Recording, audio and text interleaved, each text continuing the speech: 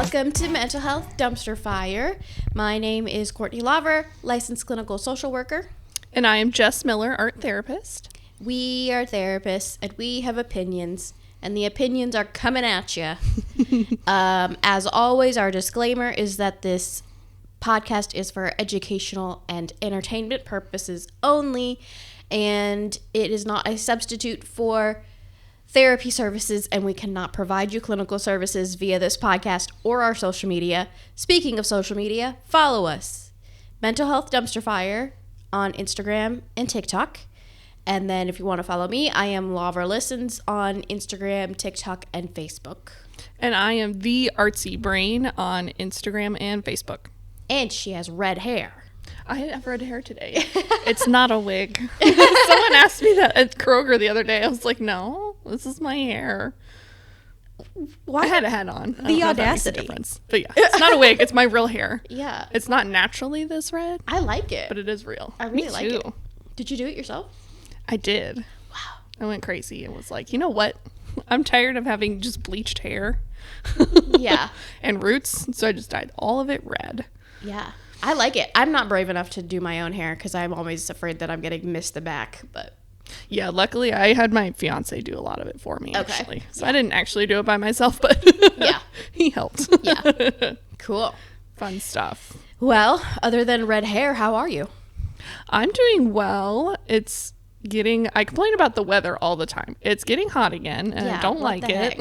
It was so nice like 2 days ago. Yeah. It was like cold at night. And then just like 80 maybe at the most during the day for a few days. It was so nice. And I was like, I'm going to go do something outside.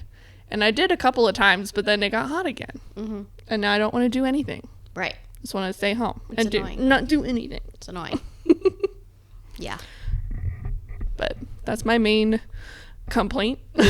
Yeah. Right now is that it's hot outside and I don't like it. Mm-hmm. What's new with you? Nothing new really. I have a headache today, but I'm surviving and thriving. You're here. Yeah. Yeah. We're doing it. I'm working hard. So, yeah, nothing really new. Cool. That's fine. Yeah. Cool. Do you have a fun topic for us today? I have a few different things. Oh my goodness. I've got some parenting Reddit things that are interesting. Let's see. Okay. One is my husband told me that every day is a vacation for me, ... Mother-in-law asked me to give her advance notice for watching her grandson. Dad wants to get the baby a tablet for his first birthday. Help. And then a crying emoji. Oop, bonk. This one's just called Park, but it is a parent talking about other parents at a public park. Okay. And the issue is having to do with how much time is appropriate to spend like on the swing at a park. And there's a huge long story. Okay. So like equity on the swings. Right, at a public park. Yeah. So they gave a lot of context and the whole story, but their like question or whatever for advice at the end was, how long should a kid be allowed to swing on the swing at the park? Okay. So yeah. All right. That's what that one's about. Sure. And then there is another kind of long one, but it's about high rate of failure with sleepovers for like a school-age kid struggling with sleepovers and like the kids actually staying all the way through the night. Yeah. Okay. Well, what do you feel like? I don't care. I mean, those all sound interesting. Let's maybe start with one of these long ones. Okay. So the park or sleepover problems? I'm curious about the complaint about the swings. Yeah. I had to read it a couple of times because I was like, what is happening? Okay. So parenting Reddit, the post is titled Park, and they're seeking advice. Today, while we were at the park, a mom came up to me while I was swinging with my kid, 3 years old, asked if we were going to finish up soon as their kids who are older, 8 and 9 years old, wanted to swing. I stated that we would be leaving soon, and a couple minutes after I told them that, her husband, again, asked if we would be getting off of it soon as their kids wanted to try. I stated again that they can wait until we were finished. His wife got upset. His wife started raising her voice at me, stating that I was rude because their kids weren't getting a turn and that we had been there longer. I snapped back on her, stating that there was no time limit at the park and that it was rude for her to come up to us the way she did, trying to rush us. After that, they stayed right behind us while they were on the swings, while her kids were making remarks stating that they've been waiting for ages, etc. And this wasn't just her and her husband there. There were also a couple of her family members going off on me. Never in my life would I do this to someone, as 1, they're having fun with their kid, and 2, we can just wait until they're done. No one is entitled to rush someone else, at least that's how I feel. Is this a thing? Was I wrong? And then, so some people were like, well, if you were on the swing for an hour with your kid, that might be too long, and you should give a kid more time. And she adds an edit. I truly don't know how long we were on the swing. I wasn't timing us or like looking at the time. We got there at like 4:20. We read the rules of the park. We played on the slides, hopped around, played on the playground. Since it was a new park, they were visiting a new park. So they were just kind of exploring this new park. So she's like kind of gently reminding people of like, when you go to a park with your kiddo, you kind of like just play and you're not super paying attention like how long your kid is playing on whatever piece of playground equipment. Right. Yeah. And then someone else commented like, was that the only swing maybe? Like if there's just one swing at the park. And she said that they have multiple swings with all different kinds. So there's 2 regular ones, 2 like adult bigger swings that go really high, 2 baby ones where they can be put in like a seat with a clip in the middle, and then there was one, she calls it an odd swing, but she's saying that they're facing each other, so it's like one of those like a seesaw swing where you go like this. So they were on that one, and then there were all kinds of other swings, but that was the only one that was like a seesaw kind of swing. So they were on the special swing. The special swing, you know, people want to try it out. It's not a usual swing at most parks. So I get that. I get what people were saying of like, if that's the only swing or the only type of that swing, then maybe be more mindful of how long you're on it. But again, like she was just there with her kid. Right. Trying to have fun at the park. Yeah. So, yeah. So she was wondering kind of like, was I wrong in telling them that they needed to just wait till we were done? Right. No. Yeah. I was like, no, you're not wrong. Is my opinion. Yeah. If we're going to start timing people on the swings, like I feel like that's a slippery slope. Yeah. To like, now they're gonna have to build playground equipment that like locks up after a certain amount of time or something. Like there's like a timer above the swing set that like goes off if you're there for too long. Or you have to start putting quarters in it or something. Yeah. Like, let's not regulate the park that strongly, please. No. And it's like, it's a public park. It's not like you know, there's some parks where you can like reserve an area for a set amount of time or whatever for like a party or something. Like, this is a public park. People come and go as they please. That's the point of it being a public park. And like, the parents that were complaining and saying that our kids want a turn, like, yeah, maybe the mom and her 3-year-old were swinging for a while, but you're like, your 8 and 9-year-old can go do other things. There's many other things. There's not, even if that's the only type of swing, there are other things at the park. Yeah. That you can do while you wait. Yeah. There were many other types of swings. They weren't the same as the one they wanted to be on, but there were different types of swings. They could have been on the jungle gym thing. There were slides. And it's also just a park, so you can just run around and play tag. Right. whatever. Well, and it seems like the parents were more upset than the kids were. Mm-hmm. I mean, I guess she did say, like, the kids were whining too, but, like, you're raising entitled children because with your entitlement. Yeah. Yeah, I 100% agree with that. Like, as a parent, if you're going to be entitled, then your kids are also going to be that way because it's learned behavior at that point. And a entitled child is going to have a really hard time getting along with other children. Mm-hmm. And, like, adults as well. Right. That's going to be really tricky for them. Yeah. Yeah. I understand the life lesson of taking turns, but I also understand the life lesson of waiting your turn. Yeah. Mm-hmm. And I don't think it's necessary to share all the time if you don't want to. No, I don't think so either. A lot of parents or just like adults in general are all about like, oh, make sure you're sharing your toys and taking turns. But at the same time, that's just kind of taking away like autonomy from your kid. And yeah. And choice. And that's not great because then they feel like they have that. Then they become like people pleasers. Yeah. When they grow up. I think that's the way that traditionally children have been raised, is to always be accommodating and to share and take turns and whatever.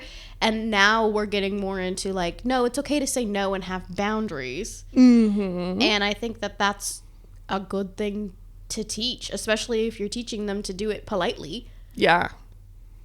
Yeah, I feel like people our age and like a little bit older, a little bit younger, we come from that kind of like childhood of where you have to be accommodating, you have to be kind all the time, you have to share your toys all the time and take turns and like all about being equal and like making sure everyone is happy and taken care of.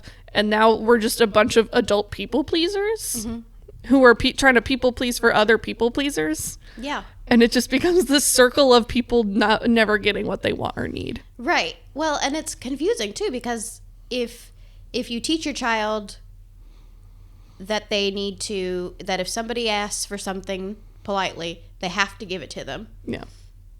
So say like your kid's playing with a doll, another kid comes up and says, "Can I play with the doll?" And you teach them, yes, you have to share. Then like how long do they have to wait before they can ask for the doll back? Because that's confusing to them, because they're like, okay, well, they asked nicely and I had to give it up. Now I'm asking nicely and they don't have to give it up. Like, right. What's the deal? Yeah. That is not fair either. Yeah. It's kind of weird. Because looking back on it now as adults, when we see those kinds of patterns, we're like, oh yeah, like we see this coming a mile away.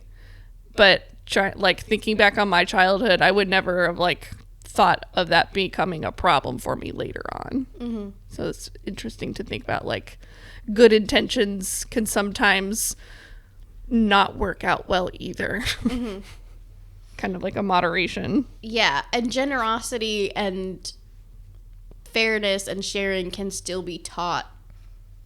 That can still be a value that you teach your kid without it being their whole personality. Yeah, like you're saying, like boundaries of like, these are my limits of how much I can give to others before it's like draining me. Yeah. Which is just like kind of a self-care thing too. Yeah, yeah. Like, you can teach your kid that sharing might help you make friends or might make another person happy, but you can also teach them that your happiness is valuable too. Mm-hmm. So you're allowed to weigh what you want to do. Right. And that being a good kid or a good person isn't like contingent upon how much you share with others. Mm-hmm. Of like, you can decide to keep things to yourself or whatever, but still be a good person. Yeah. You're just like, you value your things, your toys, and so you don't want to share them quite yet, and that's okay. Mm-hmm. That's fine. Because some kids will share their toys. Whoever they shared their toy with, they like break it or whatever, and then it's like, well, I am never doing that again. Right. So it's like it's like a risk assessment thing of like, am I willing to share this thing and the risks involved with sharing it? And if I'm not willing to share it, how am I going to like talk about that and figure that out with another kid, which is usually just saying like, no, I don't want to share. And then it depends on the other kid and how they react, but it could go either way. Right, but that's a lesson for them too, is to learn like you don't always get everything that you want, and people are allowed to say no if they don't want to do something. And you need to respect them for saying no and respect that boundary. And it might not feel super great and you might be disappointed, but there's other things you could do. There's other options, or like if you're upset about it, you can go talk to an adult about it and they could probably help explain it to you better. So it's very interesting. Yeah. But that whole park situation, it's not an am I the asshole post, but it had that like that feel to it, and I was like, no, you're fine. You did the right thing for you and your kid. Right. And the commenter saying like, well, how long were you on the swing? Her child's 3. I doubt that they were on the swing for very long. No, they swing for maybe like, I don't know, 5 minutes, and then they're done, depending on like how much fun they're having with the swing and if it becomes a game or something. But yeah, also just like as an adult, I can't imagine walking up to a parent, like they were saying, the poster was saying, I can't imagine walking up to like a mom who's on the swing with her kid and they're laughing and having a good time and being like, okay, how much longer are you going to be on the swing? Yeah. I would just be like, they're having fun. I'm going to do something else because I want them to continue having fun. Yeah. You don't know those people. Maybe they never get to go to the park and this is a super special thing. Or maybe they're just allowed to have fun even if they go to the park every day. That's what they want to do. And there are other things to do, like you said. So many other things. Teach your kids. It's not even a teaching thing. Just let your kids be bored. Let your kids be a little disappointed, because then that's how they're going to learn that's how they're going to learn how to problem solve in real life. Yeah, and be creative. Through that practice. Yeah. And then it fosters creativity. Go make mud pies or whatever. That's what I would do as a kid. Literally anything. Anything. Yeah. So that was an interesting one. Can you picture like a park that has literally one swing and that's it? I mean, growing up in the middle of nowhere, we didn't really have a park nearby. And the one that we did was just for hiking and like ATVs. So if we were at a park and there was any amount of swings, we were super excited. Yeah. But yeah, just having I can't think of any place that would just have one swing except maybe someone's backyard. Right. Or if it maybe was like a tire swing on a tree or something. Yeah. A park that has a playground is going to have more than one swing. Yeah. They'll have like 2 or 3. But again, like, if the swings are full, I'm wondering what these kids do at school at recess when the swings are full. Push. That's immediately, yeah. Do they, like, push people off the swings? Or do they go to an adult and complain? Or are they able to problem solve for themselves and do something else? Yeah. I think likely they're able to figure it out on their own. If they're given the chance, but they didn't get the chance to problem solve because their parents said, no, I'll do this for you. Yep. Mom and dad took over and solved the problem for them in a not a great way. Very interesting. Yeah. The mother-in-law one sounds like that seems fair to ask for notice. Yeah. Before you're going to take care of somebody. That one, let me read that one to you. Okay. Because I was like, that seems fair. I would want advance notice. That makes sense. Mother-in-law asked me to give her advance notice for watching her grandson, which is a weird way to put it. Yeah. Mother-in-law asked me to give an advance notice for watching my kid. Right. The way you phrase her grandson, like, okay, yeah, but he doesn't live with her. Right. So, yeah, she has a life. Yeah. She has other things she's doing. Yeah. But yesterday, I was talking with my husband about how he never takes me anywhere nice. I'm reading this kind of sassy because that's what I'm imagining, but I don't know if it's true. Today, he decided to surprise me with a lunch. He texted my mother-in-law and father-in-law earlier in the morning to ask if they would watch our son for a few hours. They agreed to watch him. My in-laws only live like 5 minutes away from us. The lunch was nice. It felt great to get ready for something for once since I never get to go out. We got back to my in-laws' house and I thanked them for watching him. On my way out, my mother-in-law stopped me, looked at only me, and said it would be nice if you could give us an advance notice next time you want us to watch kid's name. Because they're not retired and have other things to do, such as pulling weeds and cleaning the porch. I don't know why those were the examples given, but whatever. It doesn't matter. It took me by surprise, considering the fact that we usually give them advance notice by 24 to 48 hours, and seldom do we actually have them watch him. Honestly, I'm brought back and shocked that she said that to me. My husband took ownership and said, "Oh, it's my fault," to his parents.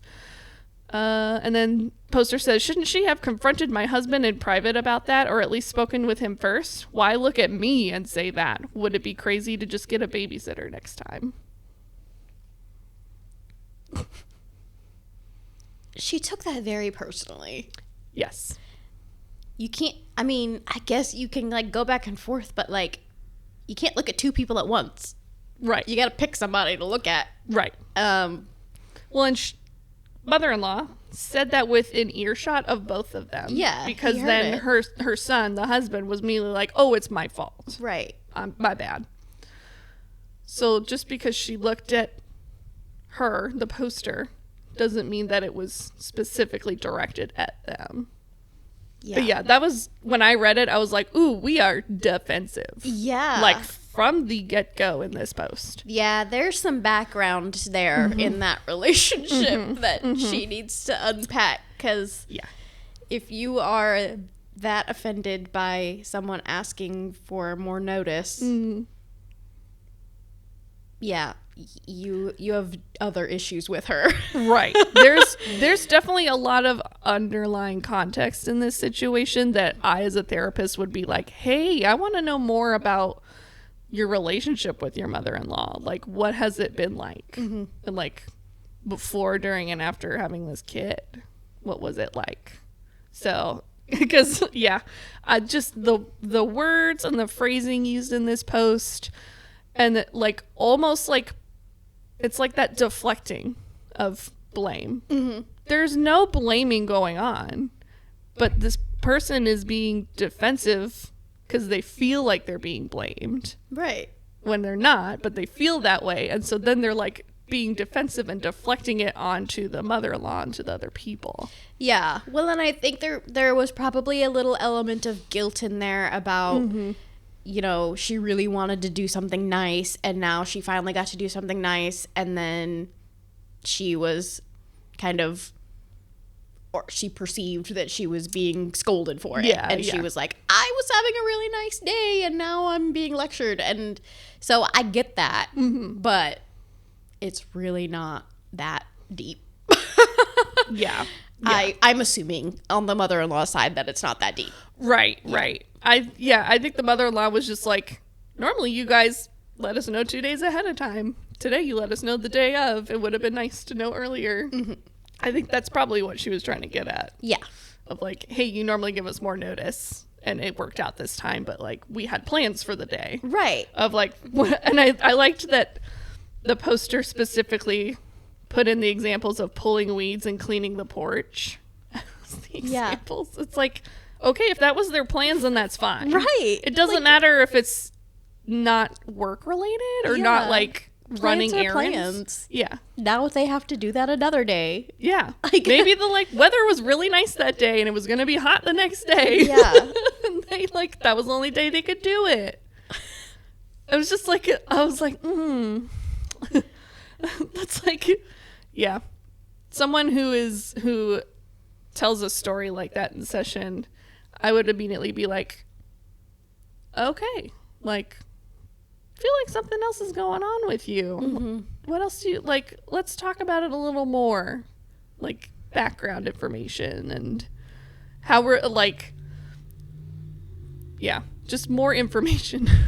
I mean, I think it relates to the park story. It's like people are allowed to have their own boundaries and express them and share them, and maybe this was the first time that they've never given less than a 24-hour notice, and she just wanted to make sure that it wasn't going to become a pattern. And I feel like that's fair to be like, I just want to get ahead of this and do not expect that I will always be able to say yes with less than 3 hours. Right. Yeah. Yeah. Yeah.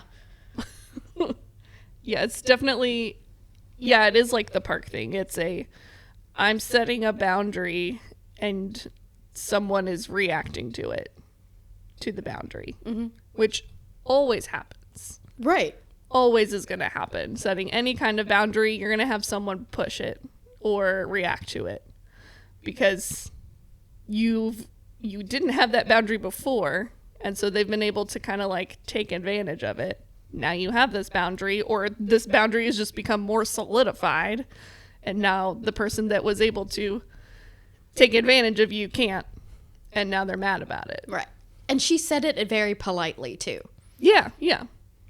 Like on their way out the door, and just I would imagine with the intent of both of them hearing. I think the like looking directly at me and telling me thing was just an unfortunate eye contact coincidence. No, I think she was. Yeah, I think that's where the context that we're missing is. It's like I want a like movie recording of what happened. Yeah, like frame by frame. Yeah, what but happened. I think we also need a history of does she usually single you out? Is this a pattern? What is your perception of her thoughts about you? Right, because I mean, there could be a whole thing where the like mother-in-law is constantly like undermining the poster or something, or that's how the poster feels about it, and we just don't know. And so the poster is like, this is driving me insane, and we think it's a small thing, but to them it's like, this is the last straw for me. Yeah. Situation. Well, I hope she figures it out. Yeah. And most people were like saying in the comments, saying things like, this was a reasonable request for the mother-in-law to make, but also maybe she could have said it later, or you know, maybe she could have done it differently. And then but how would it have been better? I think so. This is my take on setting a boundary, is that when a boundary is beginning to be pushed or resisted, or like the thing that you're setting a boundary up for is happening, then you restate or set the boundary right then and there. I feel like that's what she did. Yeah. And that's what she did. And I think that's better than trying to do it later. Like if you were trying to do that later, I think the reaction could have been worse. And I think it could be like misinterpreted as well. Mm-hmm. But if you like, it's kind of like modeling behavior with kids. If you model the behavior in the moment, or model whatever coping skill, whatever you're trying to teach in the moment, that's going to click in a brain faster than after the fact telling them. Because then that just feels like a critique to most people. Okay. And it feels critical. Mm-hmm. This is just my experience and my recommendation for setting boundaries. And there are instances where the boundary you need to set is like real hard, or is a real big deal, and maybe you need to do it separately from that person, or you need to do it at another time for whatever reason. But in this kind of a case, like the mother-in-law being like, hey, just a reminder, could you please give us more advance notice next time? Mm-hmm. Like, that's totally fine. That's what you should do. I agree. Yeah. Very interesting. Some people in the comments got a little wild and were like, her addressing you instead of your husband is because of sexism and stuff like that. She's sexist, things like that. And she could be, but I don't think so. I really don't think it. I mean, I wasn't there. I don't know these people. I don't know their history. Mm-hmm. But it really didn't sound like a singling her out. Yeah. It sounded like she was talking to both of them. Yeah. And it sounds like the larger thing going on here is that poster and mother-in-law's relationship is not as healthy as it should be. Yeah. That's what I'm getting at. And a lot of people in the comments are like, my mother-in-law does crap like this all the time, and going off. So it's not uncommon. Yeah, well, she got the validation she was looking for from the internet. Yeah, unfortunately. Yeah, she did.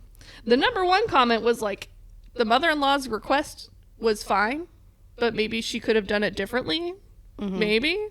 And that one got the most upvotes, so I thought that was funny too. But yeah, that was interesting. Yeah. Very defensive reaction to a simple request. We've got the husband told me that every day is vacation for me, and this one has just a lot of comments that are good. It's a drama-filled day, you guys. It's a rant vent on parenting Reddit. Husband told me that every day is a vacation for me, ... Apparently it was supposed to be a joke, but I'm not convinced. I'm a stay-at-home mom till 1, but my 3-year-old is at school from 8 a.m. to 12:30. In that time, I'm taking the dog out for a walk, cleaning the house, grocery shopping, laundry, etc. Then for the remainder of the day, I'm looking after my son. Yes, I'm super grateful I get to be at home, but I do not consider every day to be a holiday for me. I'm feeling that he, the husband, is being resentful, and it's come across extremely mean.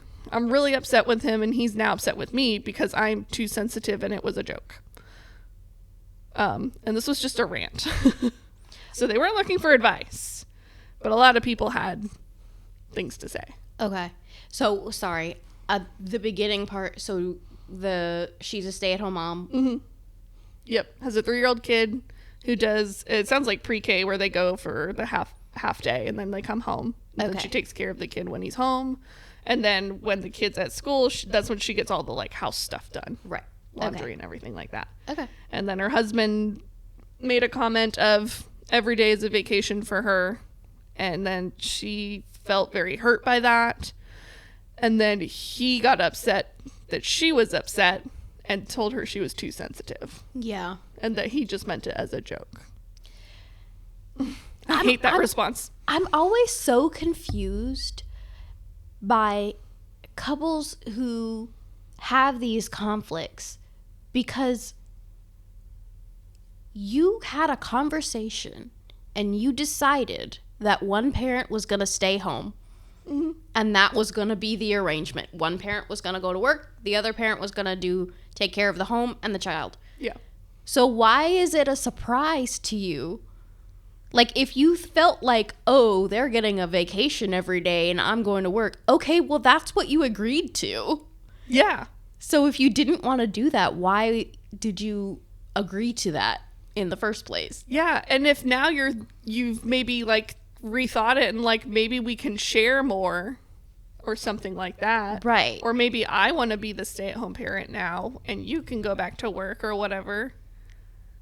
Right. Then that's a conversation. Yeah. But you don't say like, you have a holiday every day. It must be nice. Yeah. You don't need to be passive aggressive. Yeah. If you don't like that arrangement, if you don't feel like that's fair, then that's the conversation you have before you do it. Yeah. Yeah. And again, if later on you're doing the plan that you had talked about where she stays at home and you go to work and now you're realizing like, hey, I'm not super great with this plan, you can change it. You can talk to your wife and figure things out and maybe figure out a different system. Mm-hmm. But you don't need to be passive aggressive about it. Like, geez. Yeah. And the fact that she, like, even if he meant it as a joke, it hurt her feelings. It made her feel upset. And then he just disregarded that. Mm-hmm. And told her, oh, you're just sensitive. It was just a joke. And that he was also upset because she was upset. Right. I hate that, oh, it was just a joke thing that people say. Because if it was a joke, we'd be laughing right now. Right. It's not a joke, just like pranks. It's not a prank if only one person thinks it's funny. Yeah. And it's not a joke if somebody's offended by it. Right. If you make a joke or a prank and only one person is laughing, that one person laughing is a bully. Yeah. So, real facts. That's so annoying. It is. I feel really bad for this mom. What do the comments say? This person says, I'm not a stay-at-home mom, but I am a mom of 3 looking for a remote position because having 2 parents who work full-time outside of the home, only one day off together is kicking our asses. Everything functions better when someone is home on vacation or leave with a routine. There's a reason people suggest having housekeepers and people to shop for groceries to make things easier. Right. The person who's at home making sure the house doesn't fall apart and the kids are taken care of is invaluable. Yeah. The person who is able to be like, I can be a stay-at-home parent and take care of the house and the kid. Yeah. Superstar. That's how, like, the old days, that's how we did it. When women were allowed to work, the house was their job, the kids were their job, and they did that all day. Mm-hmm. And they also don't get to stop at 5 o'clock. No. Like, the husband gets to go to work and then stop working, especially if it's, like, really old-fashioned and they come home and they're like, where's my dinner, and keep doing the kid, like, doesn't talk to the kids. Like, like, ideally, you're coming home and you're helping with the house, but now we have a society where you can't afford to have a single income household most of the time. Mm-mm. And so now we have to have full-time jobs and the full-time job of raising the kids and the full-time job of making sure that the house runs okay and the full-time job of keeping yourself healthy. Yeah. That's a lot of full-time jobs. So if you can make the arrangement, if you can afford to have somebody either take some of those, either like hire somebody to take some of those jobs off your plate, right, or you can afford to have some and not make the income, but take care of the house. Like, yeah, it's a job, friend. Yeah. It's a hard job, too. And you don't get any vacation days. No. And you technically don't get paid. You don't. Like, and you don't get any... You're just expected to do it. Yeah. And you don't get to clock out. Yeah. Yeah. The division of labor discussion for when you have a stay-at-home parent and then someone who works full-time is always never fair to me. Right. Like, it's almost never, ever going to be fair. It's just not. Because, like you said, the one person gets to go to work and they clock out when they leave. And the other person is home all day and is on all day. Right. All day long. And then when the other person gets home, that other person worked all day and wants to chill. But you as the stay-at-home parent are like, well, I want to chill now, too. Yeah, where's my chill time? Where's my chill time? Yeah. And there's just no way that it's going to work out fairly that way. But if you have someone who is okay and willing to be the stay-at-home partner and can make it work, then that's great. But you just have to constantly remember that, like, they don't get to just leave their job. They can't put in a notice. Right. Like, when they're done, they can't clock out. So if you're the one working all day and coming home and you want chill time, like, put the kids to bed first, and then you can both have chill time. Right. Something. Like, I feel like if you're going to have an arrangement where one parent's staying at home, there needs to be, like, a contract of, here are my responsibilities, and here are your responsibilities because you still live here. Right. Yeah. Yeah. So I don't know if that's, like, you're still going to do the laundry on the weekends, or you're going to make sure that when you come home, you do bedtime with the kids, like something, because that is not the assumption that, like, they're just always going to take care of everything house and kid related is not fair, in my opinion. Yeah, I 100% agree. It's just not going to be fair. It's just not. Yeah. There's no way you can make it fair unless you're both working part-time and staying at home part-time, which almost, I honestly can't think of anyone who's able to do that. Right. I mean, yeah, I don't know. But I don't know how that would work. Yeah. I just feel like there needs to be some sort of agreement that, like, there needs to be open communication at all times, and the partner who's working still needs to help with the kids in the house, because if the stay-at-home parent has to work all day, then so does the other parent. Right. You're just doing two jobs. Right. Jeez. It makes me, this is kind of off topic. Did you see the ballerina farm stuff? Yes. It makes me think of that situation of Because she has like, or they have like 8 kids? Something like that? crazy like that. And they live on a farm in the middle of nowhere. It's not crazy to have 8 kids, sorry. No, it's, I mean, to us it is. Yeah. I can't imagine giving birth 8 times. Oh, God. But anyways, they have 8 kids. They live in the middle of nowhere on a farm. And there's like the ballerina farm. There's all that stuff about her background and everything. But in terms of like parenting, she like is running the homestead basically. And taking care of these kids and homeschooling these kids. Yeah, they're all homeschooled. And they're all from like teenagers to like a baby last time I saw something about this. And she's homeschooling all of them and taking care of them and feeding them. And then also taking care of like the farm, like the chickens and stuff like that. And cooking homemade meals from scratch every day. It's like, we don't have to do that anymore. Well, and they literally don't because they're billionaires. They're so rich. They're choosing to live this way. They are, well, but that's he is. The article that they wrote about them kind of implies that he's decided that they're living this way and she would like to be a ballerina. Yeah. Which, I mean, we could do some research and talk about their whole situation one day, but there's just so much.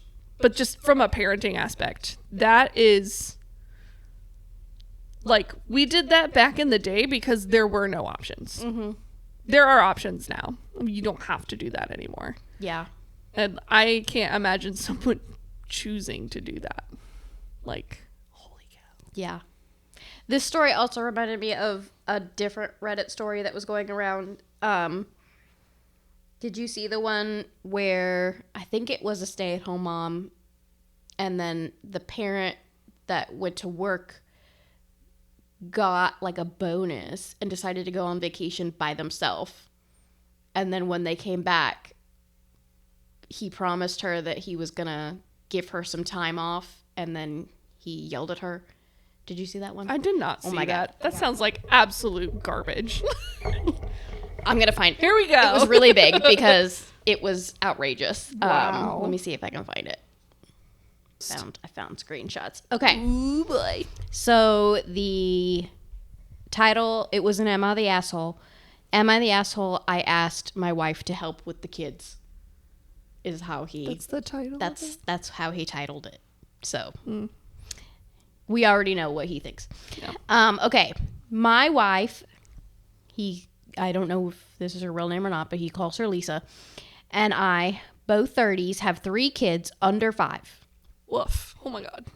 I work full-time while Lisa is a stay-at-home mom with an Etsy shop where she makes and sells jewelry as our supplemental income. Cute. A while back, I received a nice bonus, and after a bit of discussion, it was decided I'd use my bonus for myself.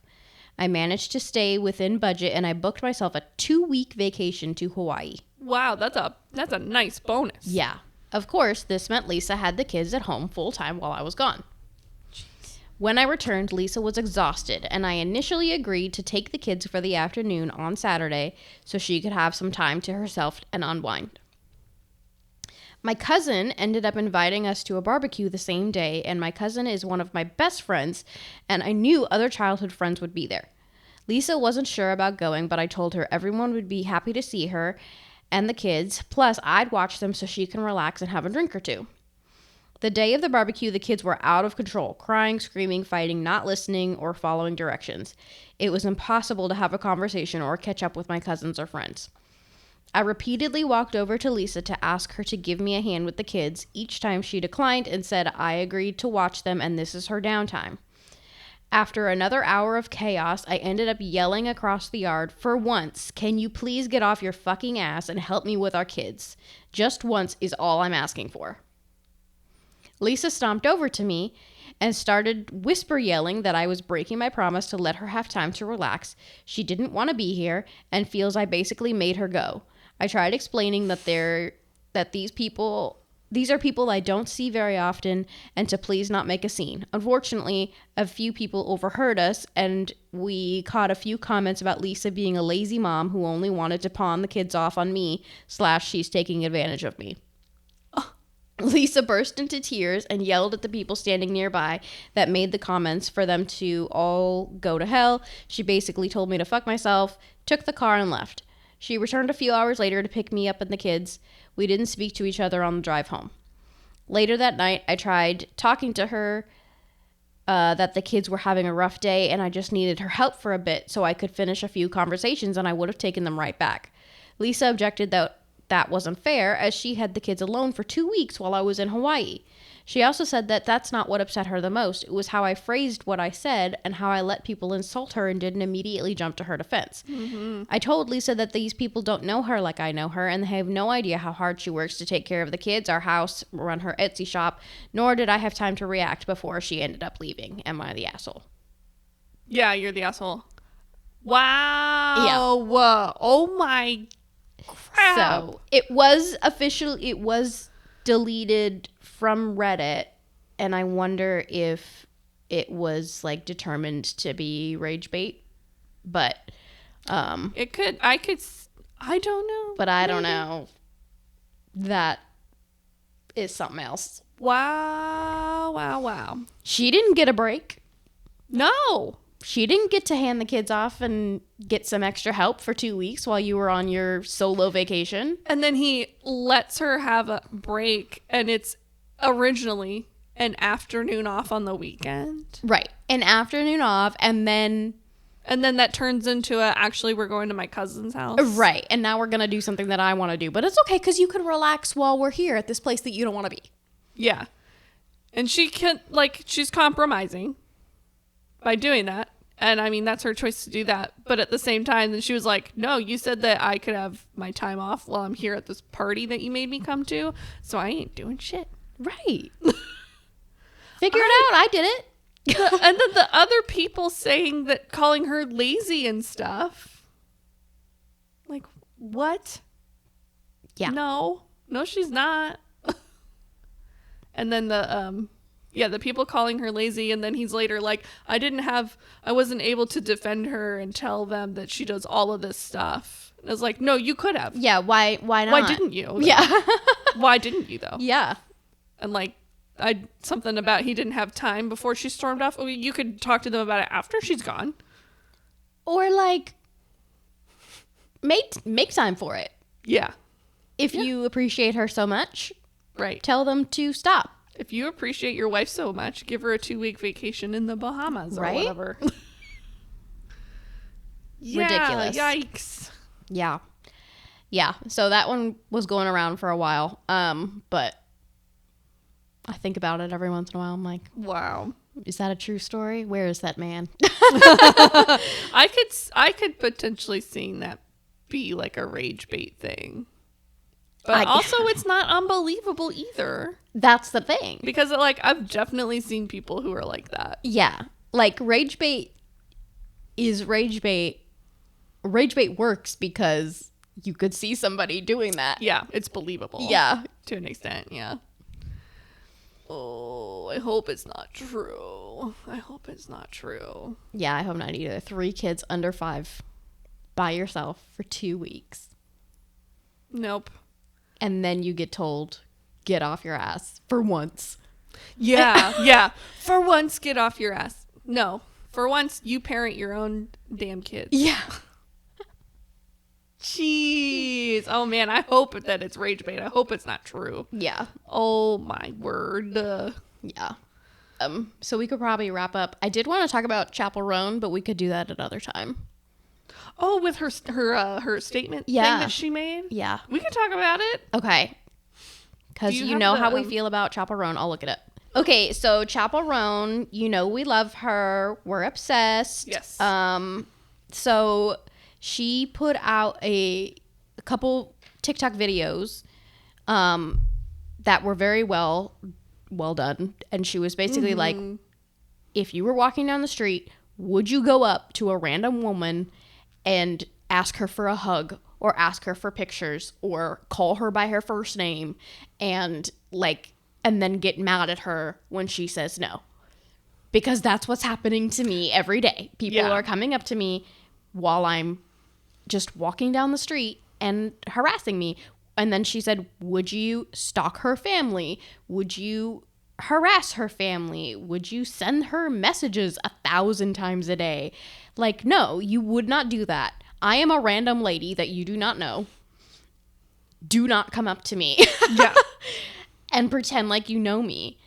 And so it was, and I was like, yes, go off. Absolutely. Yeah. I am so glad that she's speaking up and like calling people out for that behavior, because like I think places in social media and like TikTok, definitely people's like rise to fame happens exponentially faster than it did like 10 years ago. Yeah. But she was not expecting to blow up. No, she wasn't trying to. Yeah. Well, and nobody else was either, because this whole year she's been booked for festivals and things, and they've been putting her on these tiny side stages. Yeah, and then they kick Kesha off the main stage and bring Chappell on. Yeah, or whatever they had did to at move her. Lollapalooza. Yeah, Right. Or her. here at Pride, Yeah. Icona Pop canceled because everybody was there for Chappell, and they were like, well, we're not going to stay here and watch everybody leave after Chappell goes on. So yeah, she's way bigger than she expected to be. Mm-hmm. And yeah, but let me read. Yeah. So then she got a bunch of backlash for those videos, because people were like, oh, you're entitled because you asked for this as a person who wants to be famous. Like, you asked for this. Please. Anyway, so then she put out a written statement on Instagram. She says, for the past 10 years, I've been going nonstop to build my project, and it's come to the point that I need to draw lines and set boundaries. I want to be an artist for a very long time. I've been in too many non-consensual physical and social interactions, and I just need to lay it out and remind you, women don't owe you shit. Mm-hmm. I chose this career path because I love music and art and honoring my inner child. I do not accept harassment of any kind because I chose this path, nor do I deserve it. When I'm on stage, when I'm performing, when I'm in drag, when I'm at a work event, when I'm doing press, I am at work. Any other circumstance, I am not in work mode. I am clocked out. I don't agree with the notion that I owe a mutual exchange of energy, time, or attention to people I do not know, do not trust, or who creep me out, just because they're expressing admiration. Yes. Women do not owe you a reason why they don't want to be touched or talked to. This has nothing to do with the gratitude and love I feel from my community, for the people who respect my boundaries, and for the love I feel from every person who lifts me up and has stuck with me to help the project get to where it is now. I am specifically talking about predatory behavior disguised as superfan behavior that has become normalized because of the way women who are well known have been treated in the past. Please do not assume you know a lot about someone's life, personality, and boundaries because you are familiar with them or their work online.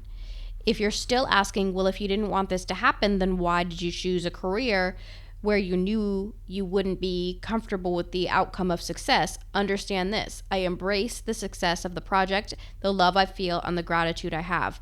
What I do not accept are creepy people being touched and being followed. This situation is similar to the idea that if a woman wears a short skirt and gets harassed or catcalled, she shouldn't have worn the short skirt in the first place. Yes. It is not a woman's duty to suck it up and take it. It is the harasser's duty to be a decent person, leave her alone, and respect that she can wear whatever she wants and still deserve a place in this world. Yeah. I want to love my life, be outside, giggle with my friends, go to a movie theater, feel safe, and do all the things every single person deserves to do. Please stop touching me. Please stop being weird to my family and friends. Please stop assuming things about me. There is always more to the story. I am scared and tired, and please don't call me Kaylee.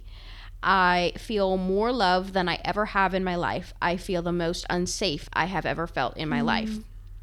There is a part of myself that I save just for my project and all of you. There is a part of myself that is just for me, and I don't want that taken away from me. I appreciate you for reading this. I appreciate your understanding and support. Wow. I want that like printed and hung up in on my wall. That whole. I think it should be plastered on the foreheads of everybody who ever thought that they knew a celebrity. Yeah. Yeah. Wow. Yeah, her videos and then that Instagram post, she does such a good job of like saying it how it is, and like calling people out, and without I don't know, without getting like super emotional, without getting super, I don't know what the right word is. She's calling people out on their stuff. She's calling people out for being weird and creepy and that it's gross. But she's not like starting drama over it either. She's just like, this is making me feel like shit and y'all need to stop. Right. These statements should not be drama. Yeah. And people are taking it personally. Right. And saying like, oh, we're not allowed to hug. No, you're not. You're not allowed to hug strangers. No. What the hell? You don't just, Yeah. And just because you feel like you know a lot about her because of the facts about herself that she chooses to share with the world, that doesn't mean she knows you. Like, that's a pro-social relationship. That's not how it works. Like, you don't know each other. You know some things about her. She doesn't know you at all. And just because you like her doesn't give you the right to talk to her or touch her. Right. Or get anything from her. Yeah. And like how she was saying, like, when she's performing, when she's doing press, when she's in drag, when she's at a show, she's performing in drag, when she's doing press tour, when she's on stage, she is at work. She is like, she is okay with like having pictures and stuff like that when she's at a show or whatever. But then outside of that, don't, like, she's off the clock. Yeah. Stop making her feel uncomfortable with your predatory behavior. Right. She's allowed to have her own boundaries. Yeah. And she's not a stay-at-home mom. She doesn't have to work 24 hours a day. No. Yeah, good for her. And I really hope that this, because that she's gotten so famous so fast and that she has continued to be so popular, I really hope that this really changes the conversation moving forward of like celebrities and fame and like how we as fans are supposed to act. Right. Yeah. I mean, yeah, there's a reason why big celebrities, you don't ever see them on the street because it's not safe for them. Yeah. And it's just become like a normal part of society that people just expect, like, oh, you're famous, so we're gonna swarm you whenever you go out, and you're never allowed to go to a grocery store and just be a normal person again. Right, yeah. Like, the paparazzi already does that kind of bullshit. They don't need predator fans doing that kind of bullshit to them either. Yeah, and this isn't new either. This kind of stuff has been happening to musicians and actors like forever. Like it reminds me of the like Beatlemania stuff going on when the Beatles got famous, and then we know how that went down. John Lennon. People literally died. Super upsetting. And then, you know, other celebrities, like, all of that expectation drove them to do crazy things, like shaving their head or, you know, getting addicted to drugs, to ketamine and stuff. Like, those celebrities felt like they had to be on all the time, that they had to do that for their fans all the time, when it's not healthy and it's not good for any human being to be like that. And then so they had to find other ways to feel better about themselves, and so it's usually drugs. Madonna and like gosh, so many musicians that I can think of, that's what ends up happening. Well, then I saw somebody some people were comparing her to Taylor Swift and saying that, like, well, Taylor doesn't mind when people talk to her, and then they like showed this clip of her like way back in her country days when she still had curly hair, when she was like 18 years old. And she was like, I think it's cool when I go to the store and people recognize me and they come up and they want a hug and a picture. Like, I think that's awesome. And then they were like, okay, so you should be grateful like Taylor. And then somebody else posted a interview from her from like a few years later, and she was like, yeah, no, I'm being stalked and like it's scary and I can't go outside anymore. Right. Like, Yeah. we don't like it. Yeah. Like in the beginning, when they're being recognized in public, it's kind of like, oh wow.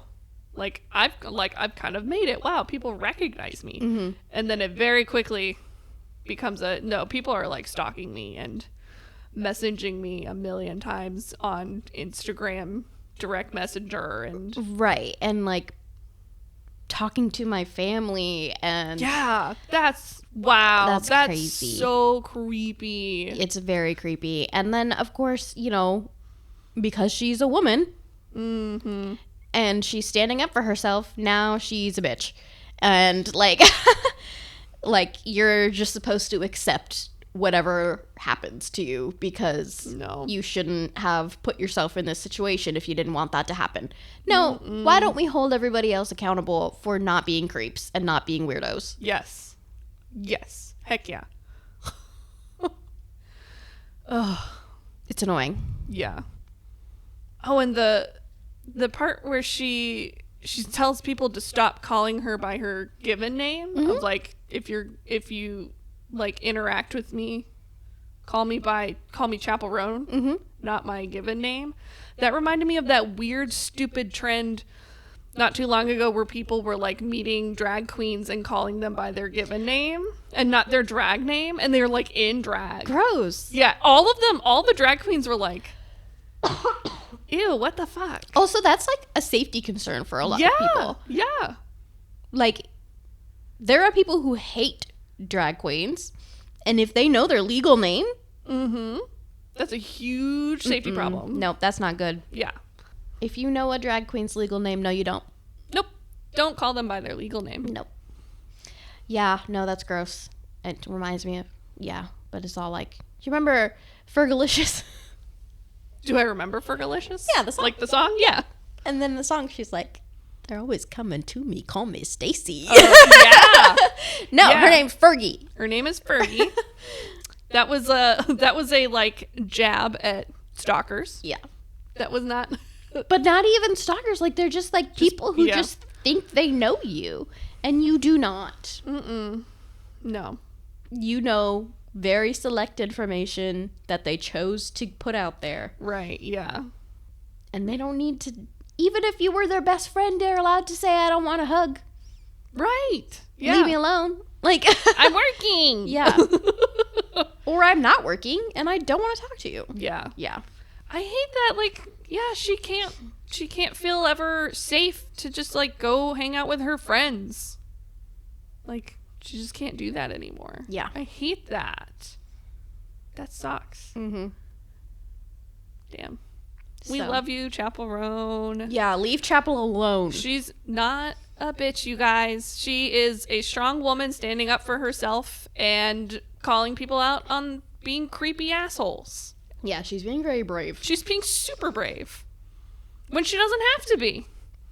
She doesn't have to be doing this. But yeah, she she is. could quit, Yeah. but she wants to keep going. She wants to keep going. Don't ruin her dream. Yeah. Well, do you have a recommendation for this week? I do actually. Okay. I went to a training / talk at a neurodivergent affirming therapy practice. Oh, yeah. And Kelsey Olds was the speaker. She's a occupational therapist, and they wrote a book called Your Child's Point of View, Understanding the Reasons Kids Do Unreasonable Things. I haven't read all the way through it yet, but just like based on the talk that they gave, I cried Aw. during their talk. They cried during their talk. They read this wonderful poem that they wrote about working with kids, neurodivergent kids, and like the huge adversity that they have to face just because their brains are different and the world is not made for them. And it was just like, so good. But I'm going to recommend this book for parents, teachers, other therapists, if you know a kid, have a kid, I think this book is necessary. Yeah. It's very, so if you flip through it, there is speech bubbles on one side that says the adult's point of view, and then it's the kiddo's point of view. And then an explanation of like things to keep in mind of how that kid or why that kid might be reacting that way, and then what you can do to help support them, and things that you can say that are supportive. So, and it's a lot of them are, the adult point of view is kind of from the parent perspective. Let's see. Whenever my child is upset, they scream. The volume and pitch of their screams are intolerable, and everyone else in the house is feeling frayed. So here is a potential child's point of view.